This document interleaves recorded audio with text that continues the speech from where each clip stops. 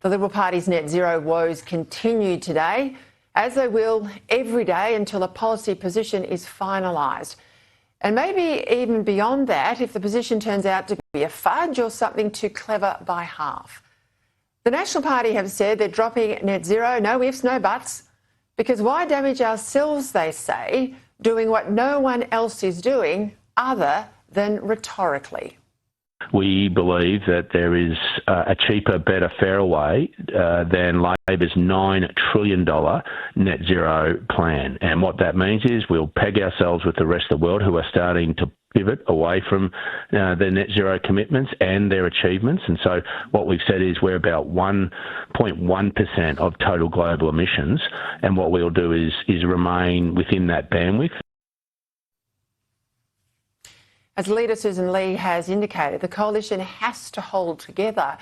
So the sooner the Libs adopt what is substantially the same position as the National Party, the sooner the coalition can start pointing out the damage being done by Labor's obsessive pursuit of net zero at any cost on their rigid timetable. And this was something the new Liberal member for Cook did today against Labor's Darwin MP Luke Gosling, who had nowhere to go when confronted with the facts.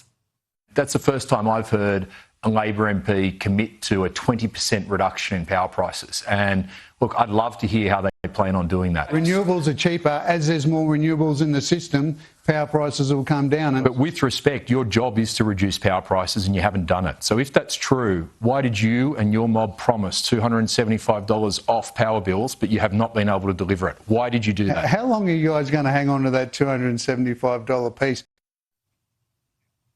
I mean, can you believe that line from the Labor goose there? When are you guys going to give up on that? Well, I hope the Liberals never do. After all, this was an election promise from Labor that they repeated almost 100 times.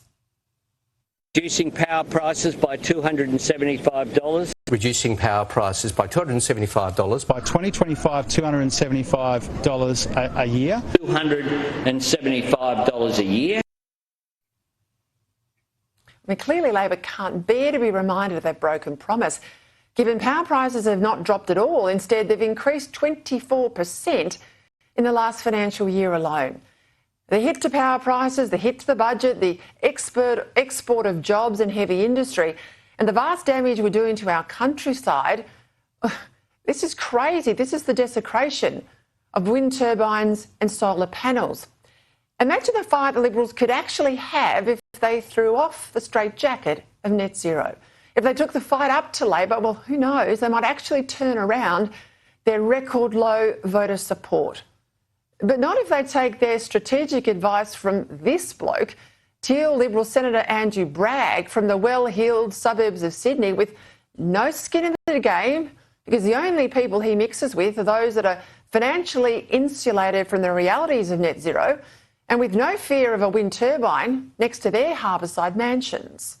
We have to be in Paris and we can't be a pariah state. I mean, we're better than Iran and Syria and we're a serious country and the Australian people expect us to take emissions reduction seriously. Iran and Syria? I mean, give me a break. Bragg's position is that the Liberals should do Labor's job, only do it a little better. His view that Australia would be a pariah state if it abandoned net zero is based on his assertion there that virtually every country has committed, he says, to net zero emissions. Well, absolutely wrong. China has never committed to net zero by 2050. India, not committed. The US under Donald Trump, well, certainly not committed. Russia, not committed. With 4 of the biggest national emitters not committed to net zero by 2050, none of them are pariahs on that account, I should add. Well, what's Bragg trying to do to bluff his fellow Liberals into sticking with the position that's helped them lose 2 of the last elections? All Paris commits countries to do is achieve net zero sometime in the second half of the century, which is very, very different to the snow job there from Bragg that he's trying to pull on Liberals who haven't done their own homework. Well, someone who has is his fellow frontbench colleague Melissa McIntosh. Now, she's not in the Senate, like Bragg. She's out in the real world. She lives in Western Sydney, represents people out there. It's a fair bit she talks to them too, because the other day she went out and did more than just talk to them. She got their views on net zero by sending out an electorate-wide survey. And what came back is a lesson for every Liberal who thinks that net zero's a vote winner. This isn't politics. It's real-life struggles of everyday Australians who don't want a target that is destroying them and their families financially and our country economically. The people of Lindsay are not anti-environment. They are pro-reality, and they are a community that thinks for itself on issues that matter. It's not as if any of this is new. I mean, the Liberals have oscillated between treating climate as a moral issue and treating it as an economic issue for almost 2 decades now. And every time they've focused on the astronomical cost of cutting emissions and clearly differentiated themselves from Labor and looked at what is really happening around the world, they've done well. Every time they've just Me Too Labor on climate and run the lines that Bragg's running, well, they've done badly. So get it right and get it right quickly, because the longer the coalition has to pin on Labor the consequences of its net zero emission, the better they'll do at the next election. As I said yesterday, that exchange, as I just said today, that exchange between Simon Kennedy and Luke Gosling was just embarrassing for Labor. So imagine how competitive the Libs might be if the net zero monkey was actually off the coalition's back.